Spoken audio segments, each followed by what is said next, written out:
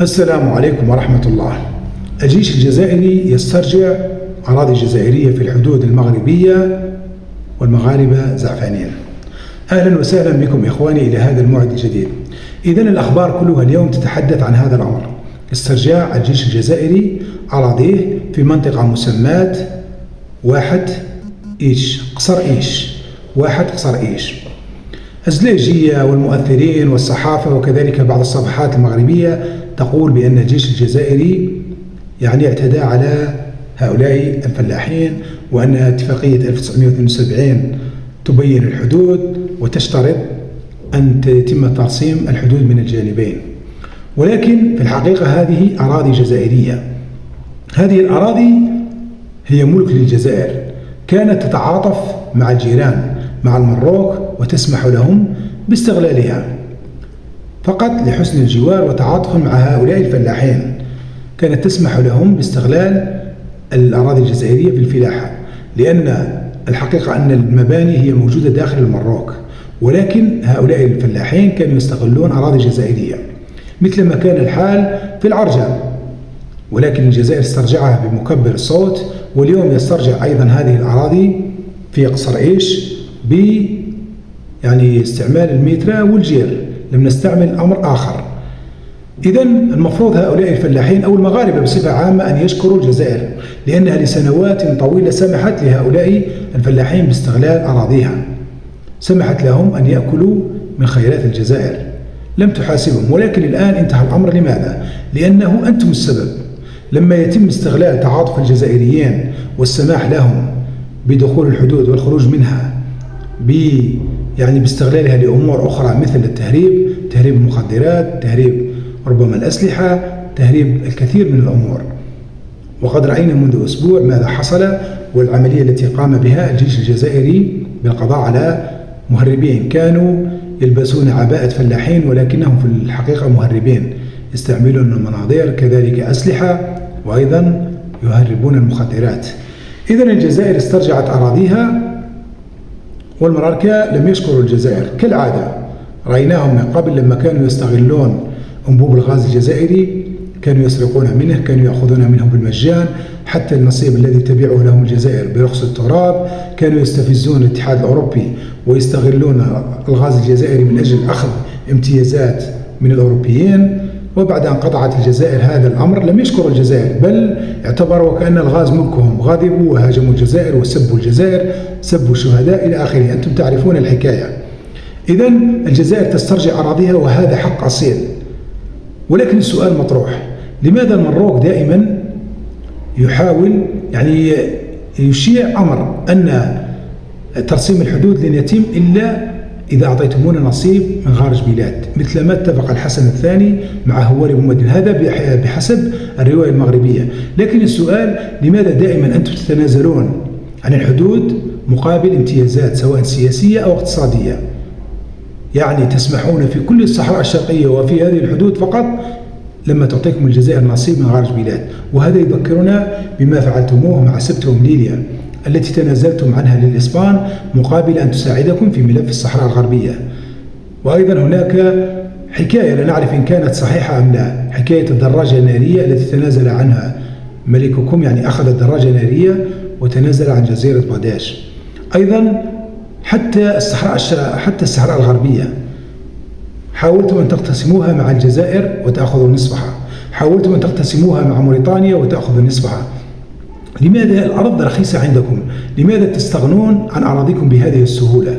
كلمة الأرض رخيصة هذه أحيانا لما تفكر وترى الخريطة في إفريقيا تظن أنها صحيحة. الأرض رخيصة في نظر المراركة، يستغنون عنها بسهولة. وأبسط مثال لما ترى خريطة شمال إفريقيا، كل الدول الموجودة في شمال إفريقيا أو في إفريقيا عموما في الساحل وشمال إفريقيا تجدها كبيرة ما عدا المروك. المراكة يقولون نحن أقدم دولة، نحن مملكة 12 قرن، لكن لما ترى المساحة تجدها صغيرة جدا. موريتانيا أكبر منها، الجزائر أكبر منها بعشرات المرات، كذلك مالي، النيجر، تشاد، ليبيا كلها أكبر من المروك، رغم أن المروك هي مثل ما يقولون أقدم إمبراطورية. لماذا هذا الأمر؟ هل سمحتم في أراضيكم؟ هل بعتموها؟ هل الأرض صحيح رخيصة عندكم؟ ربما يقولون بأن الجزائر قد تم اقتطاع مساحة أو أراضي من المروك ومن مالي ومن النيجر ومن ليبيا ومن تونس وأعطتها فرنسا للجزائر. ماذا عن الدول الأخرى؟ لماذا هي أكبر منكم مساحة؟ المفروض أنتم أقدم إمبراطورية تكونون الأكبر. كل الإمبراطوريات في العالم كبيرة، ربما أنتم تأخذون فقط ركن صغير في إفريقيا. لماذا؟ ما المشكلة؟ هل الأرض صحيح رخيصة عندكم؟ أتعلمون أن هناك تناقض لما ترى عقلية المروكي الآن يتكلم بنبرة استعمارية، يقول سنسترجع الأراضي الشرقية، الصحراء الشرقية، سنسترجع الصحراء الغربية، سنسترجع موريتانيا، وفي الحقيقة هو لا يستطيع أن يسترجع شيء. لا بالكم لو كانت هذه العقلية الموجودة لدى المروك موجودة في الجزائر لاحتلت كل شمال إفريقيا. لماذا؟ لأن الجزائر بلد كبيرة قوية اقتصاديا وقوية عسكريا، والدول المجاورة لها كلها ضعيفة. يعني لما ترى ليبيا أو النيجر أو تشاد أو مالي كلها دول ضعيفة، تستطيع الجزائر أن تفعل ما تشاء بها، ولكن بالعكس الجزائر تحافظ على هذه البلدان، تساعدها، تحاول أن توحد هذه البلدان.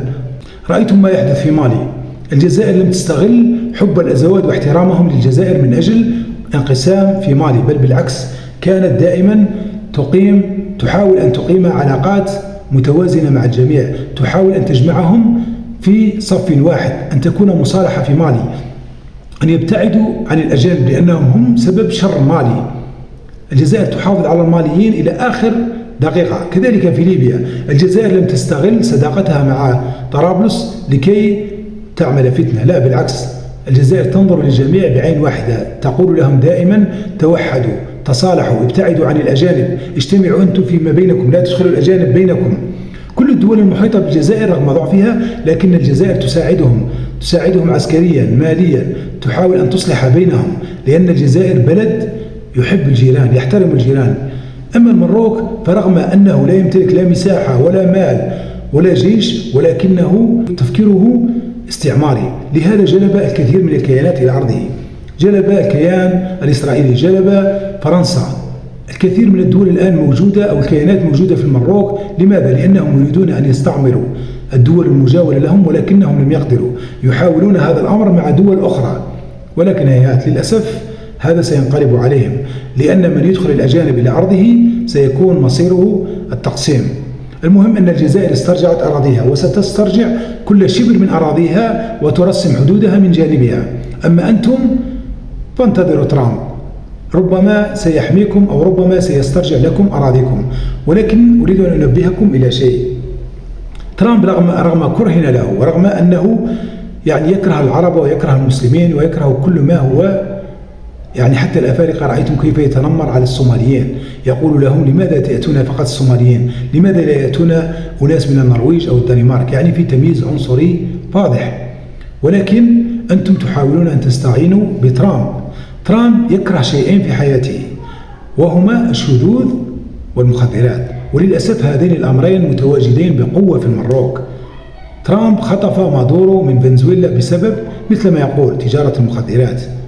لو يعلم ما يحدث في المروك بأنها تتاجر في هذا الأمر، ولو يعلم ما يحدث في القصر من أمور أخرى، فإن ترامب ربما سيخطف ملككم.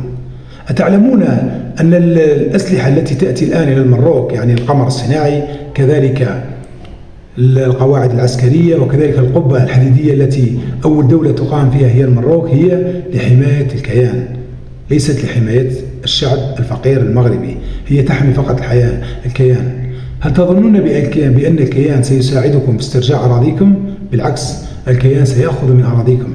الكيان لديه أطماع أضعاف الأطماع التي تحملونها. الكيان لو يستطيع أن يأخذ المروك كلها سيأخذها، وللأسف هو ماض في هذا الأمر. ومدينة القصر الكبير تدق ناقوس الخطر إذا فهم المروكي ماذا يحصل له.